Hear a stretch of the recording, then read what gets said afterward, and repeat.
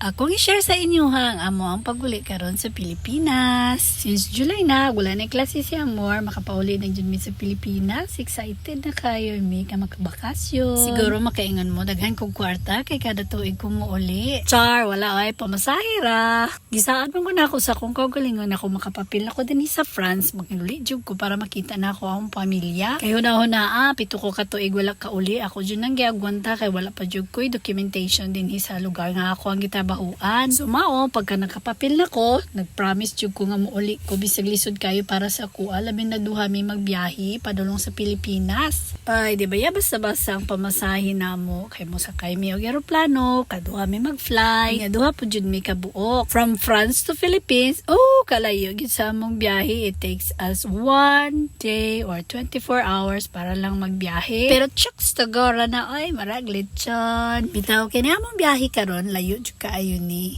Imagine, katulog dyan may mo sa kayo aeroplano para maabot lang naman mo destinasyon na rin sa Davao. Pero fights ra na, bahalag walay tulog. Makaya ra na, ang importante, ang mahalaga, makauli ta. Sumuna mo ang flight gikan sa France padulong sa Riyadh. Nindot kayo view sa ibabaw, pero excited jud kayo minduha ni Amor nga makauli karon. Ever since jud nga nagkapapil ko, gusto na jud ni Amor nga maguli mi every year kay mingawan daw siya sa iyang family. Ngunang kung dool na ang bakasyon, magsige na siya pangutan na kung nanami flight ticket padulong sa Pilipinas. Kabalo ba mo sa among bation kung nanami sa ibabaw? Di na mo hunahunahon ang kahadlok na nami diri naglutaw. Ang amo lang gihunahuna nga moabot jud mi og Davao. At dahil nandito kami sa Halapaap, char Tagalog to ha. Bitaw mapa to sa lugar nga among naagian. Sa kadaghang lugar nga amo ang maagian, magtanaw ka sa monitor, ma-excite jud ka kay daghan na kay kag lugar nga naagian. So kay taas man ang among biyahe with free meal jud mi. Sa baon na siya og kaon kay nag-request ko og pagkaon sa bata para sa iyaha. Medyo gigutom yun mi kasi yupod ko na mata alas 5 pa sa kadlawon kay nagtiwas ko sa akong bagahe para maabot na ko ang among alas 12 nga flight. O sa tinuod lang wala jud po ko'y tarong kaon na ng buntag. Kung karon nga nahilo na nami,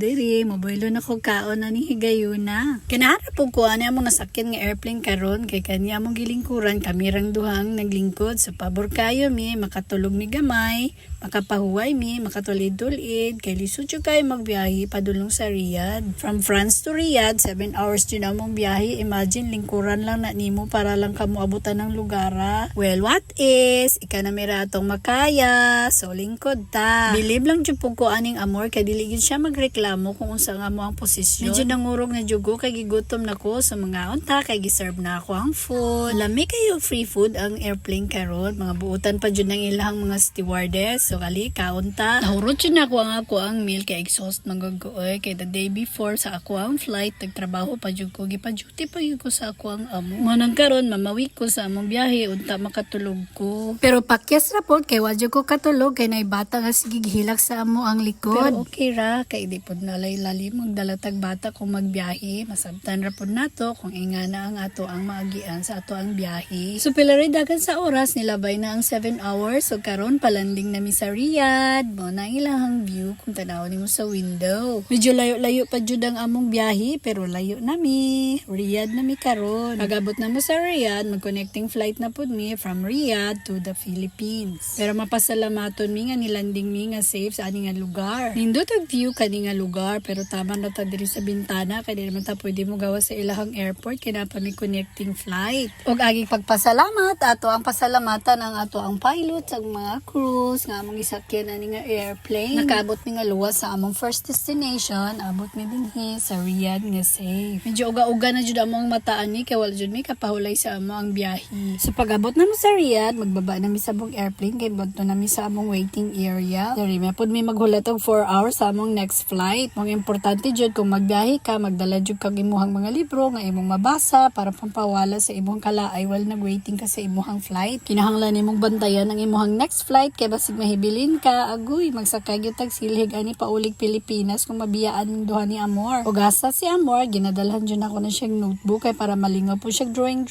while nami sa amo ang flight interest dili siya matulog. Kaning tak na, pa-depart na po mi padulong og Pilipinas. O diba, maraming mga superwoman o dyan may gikapoyan ni among biyahe. Di dyan pwede magkapoy-kapoy kung magbiyahe ka kay kinahalan dyan ni mo ang imuhag yung presensya. Another 9 hours na po ang amo ang biyahe going to Philippines. Kaning panahon na nga akong gi-wish nga makatulog na ginunta ko padulong og Philippines pero pakyas ra gihapon gyapon ko kay ang bata nga among kasakay gikan og France nalang gyapon siya sa amo ang loyo nagsigi og hila. Naluoy baya ko sa iyang kuyo kay iharang mama pero unsaon man dili man ko pwede magsigig tindog ginampo ko ako ang anak. So kay di man ko katulog nagvideo na lang ko sa among biyahe padulong sa Philippines. Aron napod may memory ni Amor souvenir sa among biyahe kani nga year sa among pagbakasyon dinhi sa Pilipinas. Makamis kay among biyahe gikan Riyadh padulong sa Philippines kasagaran jud sa amo ang mga pasahero mga Filipino nga OFW. Bisag naglutaw-lutaw ta diri sa ibabaw di na kayo nato ma-feel nga mahadlok ta kay mura ra pod tag feeling at home kay atong mga kauban mga Filipino ra pod nga paduli sa Pilipinas. Well excited na kayo ang tanan nga molanding mi aron makita na namo ang among mga family. Kabalo ba mo pagtugpa sa eroplano sa Pilipinas lahi na kayo ang among ngisi. Excited na ang all para makita ang family. Pati si Amor lahi na pod ang iyang ngisi kay Cebu Pacific na ang among gisakyan going to Davao na mi. Excited na kayo siya nga mo landing mi. Agi sa kalayo sa among biyahe nang higo po sa migsabaw din sa sulod sa airplane padulong to Davao. Lame kayo.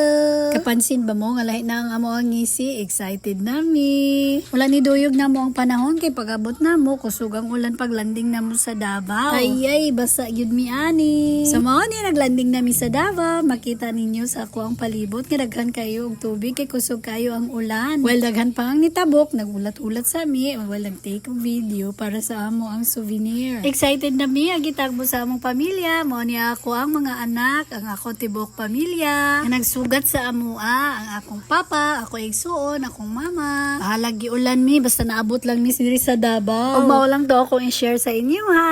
Happy viewing from this day on nagsugod na ang among bakasyon. Maayong pagbakasyon sa tanang OFW. Unta malipayon pod mo sa inyohang bakasyon kauban ang inyohang pamilya.